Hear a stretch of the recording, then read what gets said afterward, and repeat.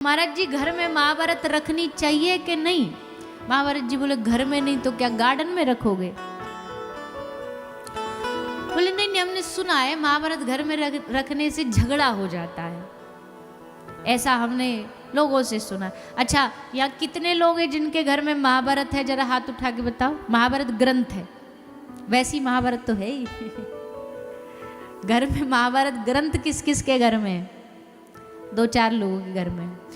बाकी जितने जिन्होंने हाथ नहीं उठाए, जिनके घर में महाभारत ग्रंथ नहीं है, आपके घर में झगड़ा होता है? बोलिए ना। तो जिनके घर में महाभारत नहीं है, उनके घर में फिर झगड़ा कौन करवा रहा है? झगड़ा करते खुद, स्वभाव खराब है खुद का, और डालेंगे किसके ऊपर? बोले घर में महाभारत रख ली तो झगड़ा हो गया। अजी महाभारत कोई लठिया लेकर के युद्ध थोड़ी करा रही है। ये सब बेकार की बातें हैं। कुछ भी बातों में मत बहक जाया करो। जो भी आपको बोल देता है वही मान लेते हो। और माताएं थोड़ी ज़्यादा ऐसी होती हैं, जल्दी बह जाती हैं। किसी ने कह दिया अरे मैया तुम तो विवाहित हो, कंठी कैसे पहन लिया? ये तो पतिव्रता नारी पहन नहीं सकती, तुरंत उतार के धर देंगी। अरे जरा ने देख तो लो, तुम्हारे शास्त्र क्या कह रहे हैं, तुम्हारे पुराण क्या कह रहे हैं। तुलसी श्रृंगार है हमारे गले का। तुम कोई भी आयु के हो, किसी भी स्थिति परिस्थिति वाले हो, ऐसी कहा सुनी बातों पर भरोसा नहीं किया करो। पहले अपने शास्त्रों में पढ़ा करो। तो महाभारत रखने से झगड़ा नहीं होता। उल्टा महाभारत विजय का ग्रंथ है। पांडवों ने विजय प्राप्त करी भगवान के भाव के द्वारा।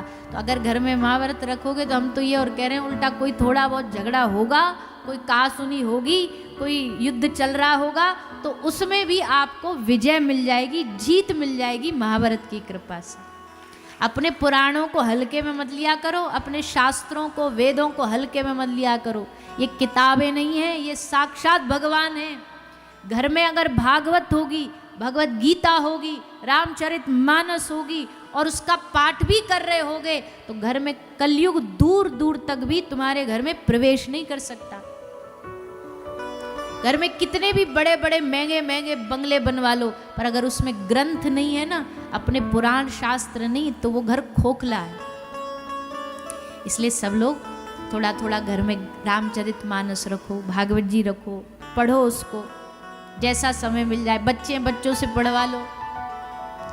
थोड़ा थोड़ा ग्रंथ सबको पढ़ना चाहिए। महाभारत बड़ा अद्भुत ग्रंथ है। श्री सूत जी महाराज वर्णन करते हैं महाभारत के प्रसंग का। भगवान श्री कृष्ण ने पांडवों को ले जा करके गंगा स्नान कराया। पीछे से अश्वत्थामा ने 5 पांडवों के बच्चों को मार दिया, 5 बालकों की हत्या कर दी। भगवान वापस लौटे, सारे पांडव रो रहे हैं। भगवान अर्जुन को लेकर के अश्वत्थामा को पकड़ करके लाए।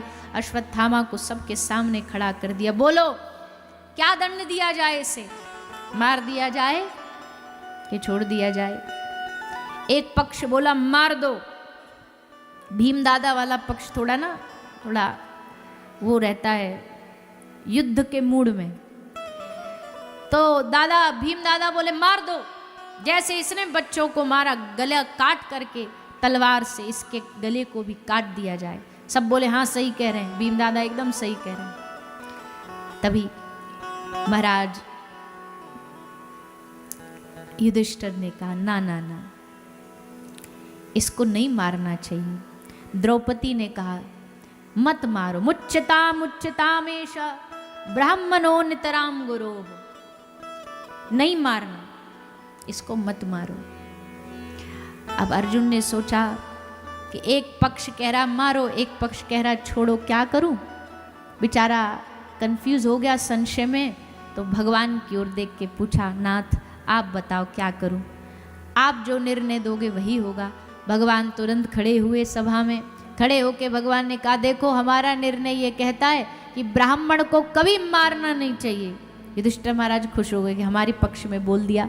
अगली लाइन में बोले एक बालक के हत्यारे को कभी छोड़ना नहीं चाहिए, इसलिए मार भी दो और छोड़ भी दो।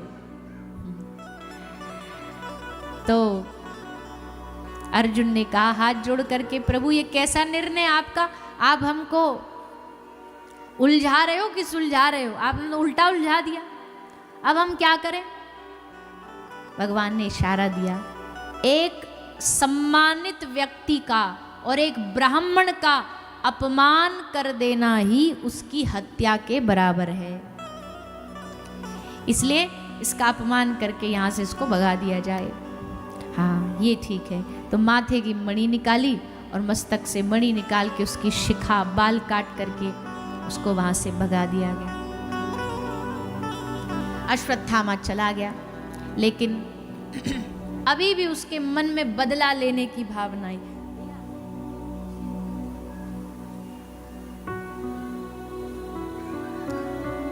तो अश्वत्थामा ने दोबारा ब्रह्मास्त्र का प्रहार किया। अब की बार उत्तरा के गर्भ में ब्रह्मास्त्र छोड़ा। जैसे गर्भ में ब्रह्मास्त्र छोड़ा, उत्तरा भागी भागी आई भगवान की शरण में। पाहि पाहि महायोगिन देव देव जगतपते, नान्यम त्वदभयम पश्य यत्र मृत्यु परस्परम। भगवान से निवेदन किया, भगवान ने आकर के रक्षा करी है। उत्तरा के गर्भ में जो बालक सोया, उस बालक की भगवान ने आकर के रक्षा करी। राजा परीक्षित को जीवन दान दिया, प्राण दान दिया। और फिर प्रभु द्वारिका की ओर जाने लगे तो उस समय वहां भगवान से मिलने बुआ आई। भगवान की बुआ, जिनका नाम है, क्या नाम है, कुंती बुआ।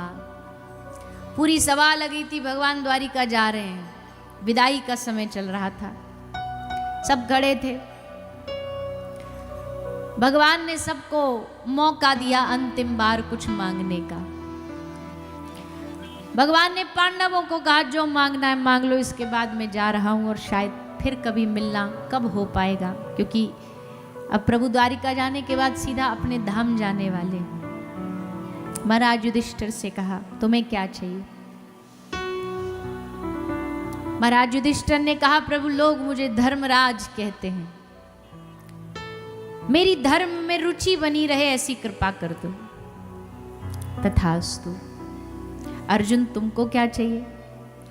अर्जुन ने कहा प्रभु मैं आपको अपना सखा मानता हूं, मेरी सख्य भक्ति का भाव हर रोज प्रबल होता जाए, बढ़ता जाए, बढ़ता जाए। तथास्तु। भीम तुमको क्या चाहिए। भीम दादा बोले सबरी दुनिया हमको भोजन भट्ट कहती है, प्रभु आप कृपा कर दो हमारा भोजन कम होके भजन बढ़ जाए। तथास्तु। द्रौपदी तुमको क्या चाहिए। प्रभु मेरा मन रूपी राजहंस आपके चरण रूपी पिंजड़े में कैद हो जाए, ऐसी कृपा कर दो। सब मांग रहे थे। भगवान ने कहा बुआ नहीं दिखाई दे रही, कहाँ है मेरी बुआ, कुंती माता कहाँ है। तो देखा सबसे पीछे कोने में नजरें झुकाए एक वृद्धा खड़ी है, श्वेत वस्त्र धारण किए हुए, आंख में आंसू हैं। भगवान ने पास बुलाया, अरे बुआ आप पीछे काहे खड़ी हो, आओ ना हमारे पास आओ। आज हम आपको कुछ देना चाहते हैं। आपने आज तक पूरे युद्ध में कुछ मांगा ही नहीं। हमको लगा था किसी दिन तो बुआ चुपचाप चोरी छुपे हमारे कक्ष में आएंगी और आकर के हमसे ये सहायता बोलेंगी कि कृष्ण तेरे होते हुए पांडव हारने नहीं चाहिए। लेकिन धन्य हो माँ, तुम एक बार भी मेरे पास ये कहने ना आई कि पांडव जीत जाएं। आज तक तुमने कुछ मांगा नहीं, पर आज ये देवकी नंदन, देवकी पुत्र ये कृष्ण चाहता है कि आप कुछ मांगो। बुआ कुंती ने हाथ जोड़े, आंखें भरी हुई हैं, कृष्ण से कहती प्रभु मैं आपको जान गई, मैं आपको पहचान गई। भगवान ने हंस के बोला अरे बुआ आप तो पहले से ही जानती हो मुझे, आप मेरी बुआ मैं आपका भतीजा, आप तो जानती हो मुझे। कुंती माता ने कहा प्रभु ये झूठे रिश्तों में मत उलझाओ, तुम किसी के भतीजे नहीं, तुम किसी के भाई नहीं, तुम किसी के बेटा नहीं, तुम जगतपति हो। मैंने इस पूरे युद्ध में जान लिया तुम कौन हो। पर बुआ पॉइंट की बात पे आओ, चाहिए क्या। बुआ आज ये कृष्ण वादा करता है, तू जो मांगेगी ये कृष्ण तुझे देगा। तू आज कह दे द्वारिका चाहिए, तो मैं अपने पूरे खानदान को लेकर के बाहर निकल जाऊंगा और द्वारिका तुझे दे दूंगा। तू कह दे स्वर्ग दे दे, मैं स्वर्ग दे दूंगा।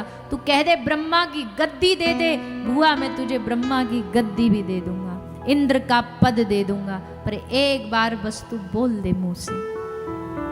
भैया ऐसा ऐतिहासिक मिलन कभी हुआ नहीं इस दुनिया में। एक कह रहा है सब ले ले, सारा दुनिया का सुख ले ले, और हुआ कुंती क्या मांग रही है? प्रभु वैसे तो मांगने की इच्छा नहीं है, क्योंकि तू सब जानता है, सब जानत हो अंतर्यामी, पर फिर भी अगर तू इतना कहता ही है कि मांगना पड़ेगा, तो मैं आज झोली फैला के मांग रही हूं, दे दो। क्या?